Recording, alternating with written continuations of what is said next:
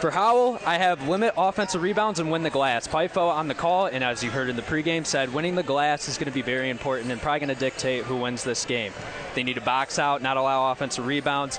And then the next thing that kind of goes along with it, try to push the ball in transition, generate quick offense. If you can get quick points against this team, Brighton, they're not the most offensive team. If you can get up early and put them in a big deficit, that's what you want to do. And then just play hard for 32 minutes, high focus and high intensity. For Brighton, we have defense, keep the game low scoring, probably try to keep it in below 40. I'd say this was 37-34. Try to keep it below 40, see if you can get 40 points. They've scored 48 or over in their last 3 games. Find high percentage shots, get easy layups, get easy mid-ranges, get in transition a little bit, and find the matchups on both sides that they like. Yeah. And welcome back to the WHMI Game of the Week.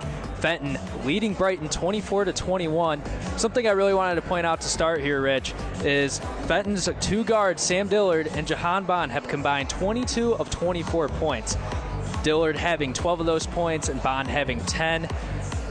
They're obviously the main scorers for this Fenton team, but they really need to get the role players involved. That's what Coach Todd Schroeder says that they've been really doing throughout the season, getting more role players involved, getting them involved in the offense, giving them open shots. They haven't really came by any easy baskets either. It was just something that they wanted going into this game. That's why they only have 24 points, because of Brighton's physical style of defense. Well, that over the game, and Brighton's not letting them do it. Right, but I mean, on the flip side as well, I mean, Fenton's playing a really good man-to-man defense right now. You could argue they're playing better defense than Brighton. They've been able to force turnovers of their own. The only reason why they're maintaining a lead right now.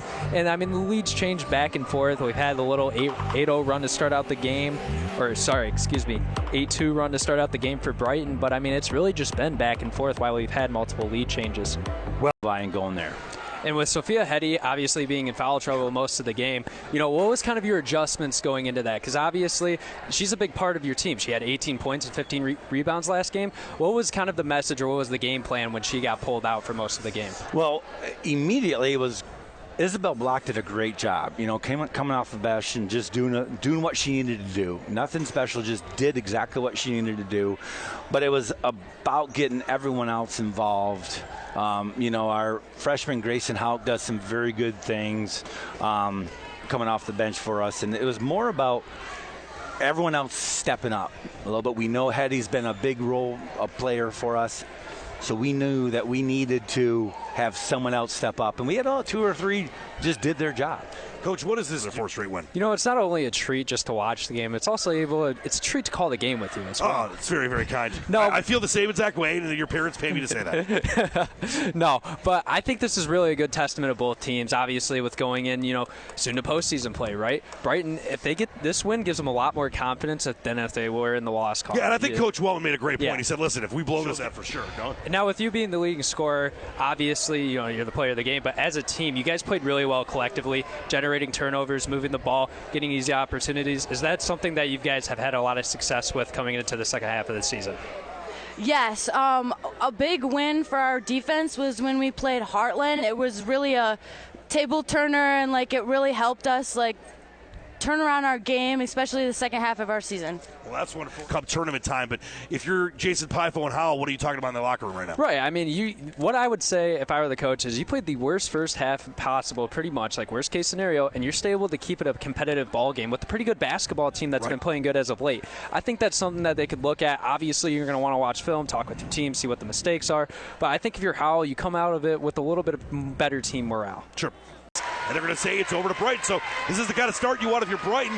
I know we're only a minute in, but no points on the board for anybody. No points yet. Very suffocating defense by Brighton. Howell had multiple opportunities to try and get a basket there. Got a jump ball, forced a turnover, and forced a missed shot. And Howell's getting Brighton.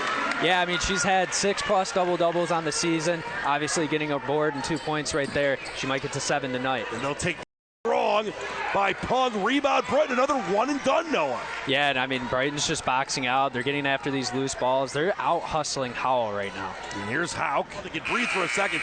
They got to start scoring, man. They just got to get an easy look. And Brighton's doing a really good job of just cutting everything off. Fars had a couple drives to the basket, but she shied away from that. And we talked to Coach.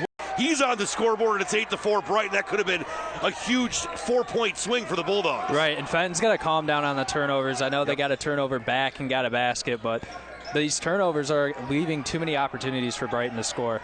Yeah, I mean, that's just a heads-up play right there. He's right in front of Krusty the Clown, too.